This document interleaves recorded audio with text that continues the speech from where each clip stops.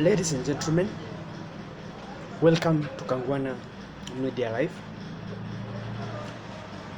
We want to talk about what we analyzed last week about the demonstration that took place in Nairobi. We are aware what took place, and Azimio la Umoja principals have already declared that on Monday and Thursday they will be having demonstrations. According to Sakaja, they lost around 40 to 50 million, 11 correction. According to the second man in command, Rigathi Gachagua, they lost around 2 billion because there were demonstrations around 5 counties. That is Nairobi, Kakamega, Migori, Homa Bay, Siaya. Those are the major where the demonstration took place. Now, what is the game of this? How will Ruto cool down this demonstration? If you follow truly, there's constraint of the cost of living. According to the promises made by the president, nikieka Biblia chini, that is the question now the Kenyans are asking. Because when you compare during the Building Bridges initiative, the president was saying this is creating jobs to few individuals.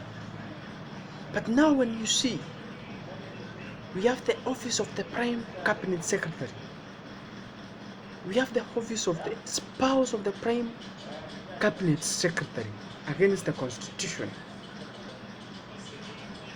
Number 2, the office of CAS. We who will be pocketing 405 million per year, while the cost of living is high. There's another report that has come out from the nation that the office of the president, the deputy president, and the prime cabinet secretary, that is William Ruto, Rigathi Gachagua, and Mudavadi, have requested for 805 and 2 million for buying cars,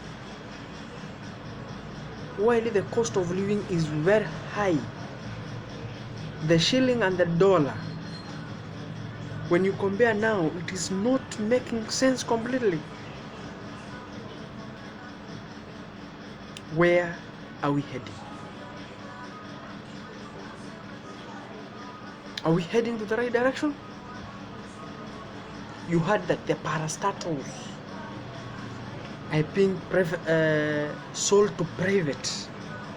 Kenya Meat Commission, public universities, public polytechnics, port authorities, airports. Where are we heading? Are we heading to the right direction? That is the question. Now, why did Raila gather numbers? Number 1, what makes Raila to gather numbers is the cost of living.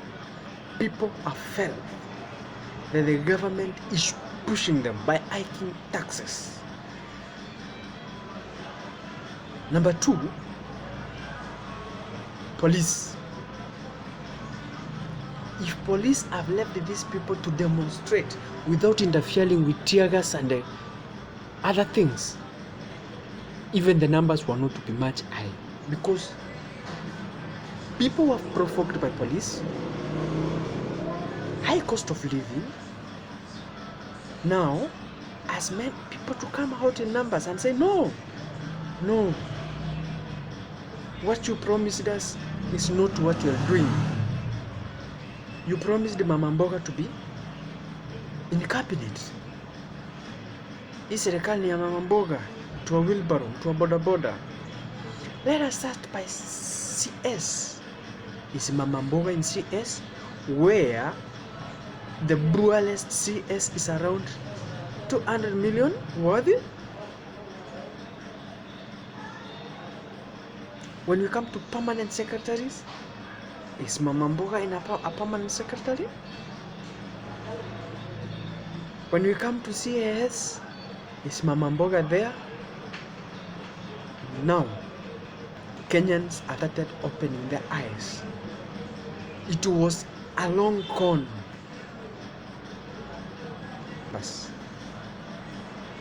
It was a long con. That's why demonstration will still garner more and more numbers. More and more numbers. President Ruto need to go back to the drawing board and see what have we committed bad, so that they can do what? They can change the tactic. And it is very cheap. Call Honorable Raila Amolo Odinga. Call your predecessor, Uhuru Muigai Kenyatta. Sit with them. How can we transform this country? Tell them, issue of my presidency is untouchable, but let us negotiate how can we change this country. And now the country will move smoothly. Who is now the advisor of president? Ndindi Nyoro?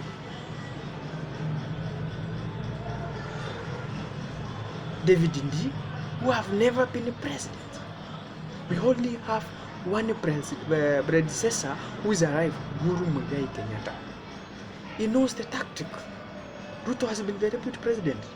This is a new office, new experience.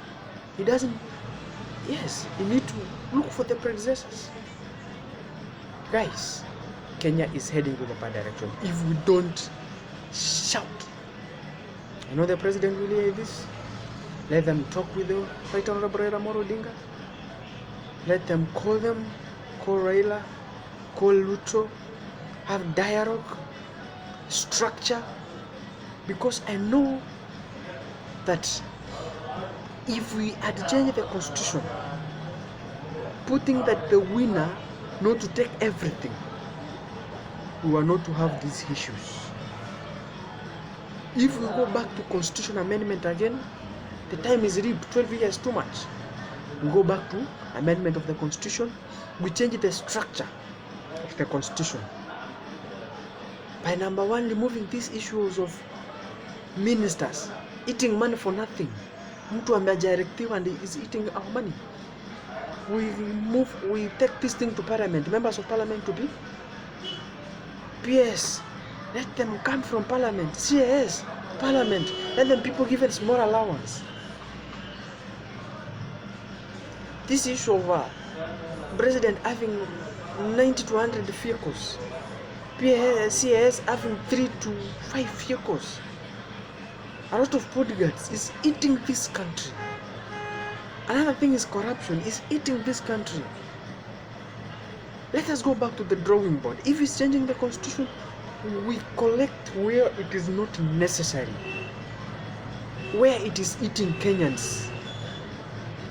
I think the issue of counties working very well. I think by now even Senate is not supposed to be there, because we have seen that the counties can work. We give them their revenue allocation, and if necessary, let the huge shares go to the counties.